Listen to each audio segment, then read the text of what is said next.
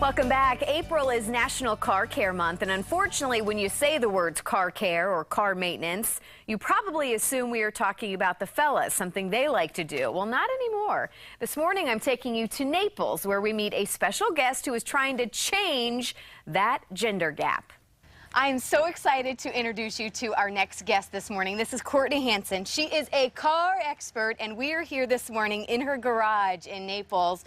And we're going to talk about this gender gap thing, where I think there's a misconception that ladies maybe can't take up the maintenance with their car. You're here to prove us wrong. Well, yeah, according to the survey, which was conducted by Toyo Tires, who I'm working with, 61% of women still don't feel comfortable tackling basic car maintenance. Well, and I'm one of those, so I'm so excited to chat with you this morning. You're going to give us some tips this morning. Yes, I'm here to give you some tips. So, and basically, we want to close that gap and teach all the women and men and the kids out there these few basic tips. We can do it. I know we can. So Yes. let's start with tire. I would imagine this is like with the chef and with ingredients. You got to start with good products too. Yeah, yes, that's true. Well, and we all want to avoid a tow, right? We don't want our vehicle to be towed. So we came up with this acronym, and we have tires, oil, and wiper blades. Okay. And because we're working with Toyo Tires today, let's start with tires. You want to make sure that they're at the right inflation pressure for your ride, and every ride is different. I was going to say, how do you know? Yeah, so inside the driver's door here, if we could just show the sticker, right here on the B pillar or in the owner's manual, it will give you the number. You don't want to go by the number that's on the tire because that's the maximum pressure that the tire can withstand. Good to know. You want to check your tire pressure before long road trips. I recommend like once a month doing it because it's so easy to do. And always when the tires are cool in the morning, you get a tire pressure gauge like this from your local auto parts store, or most gas stations have them too. And it's so easy. You just put the gauge against the valve stem like this, press it, and you see how the stick comes out of the bottom. It will give you the reading. And generally, if anything, you're going to need to add air to the tires.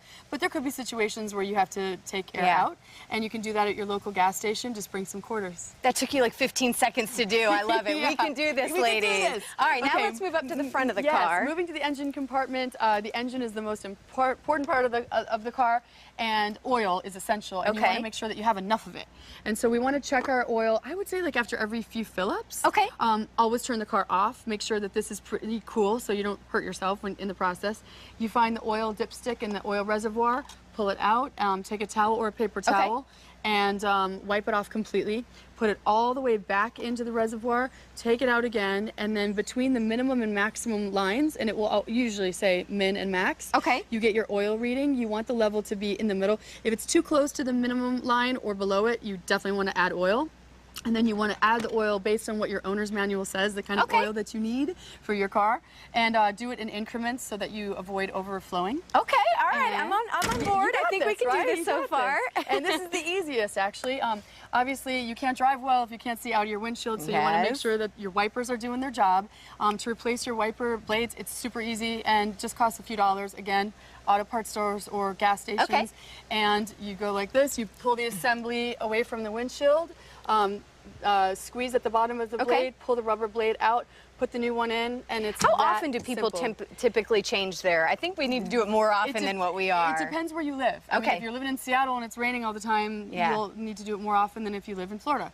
So I don't know. We get a lot of rain here in Southwest Florida. That's true, during the summertime especially. So you just have to kind of be cognizant of when they're going bad. And another quick tip on that note, you can take an alcohol swab and rub it along the rubber blade, and it will increase the life of the blades. Oh, I didn't know that. I like that.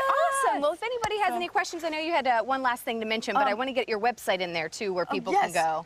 For more information on tire care and just basic info related to cars and tires, you can go to toyotires.com. And then, yes, the penny trick. Where is the penny? Well, I think we're so you take a penny, you turn it upside down, and you put it in the tread. And if you can see the top of Lincoln's head, it's time for new tires. Your tread is too low. I've heard that before. Awesome. Thank you so much for letting us come to your home in your garage and proving to all us ladies that we can do this. You can do it. So thank you so much, Courtney. And of course, for more info, you can head to our website as well, fox4morningblend.com. All right, no matter the season here in Florida, outdoor living is always hot. Coming up, find out how the pieces you have working on the inside can also work for you on the outside.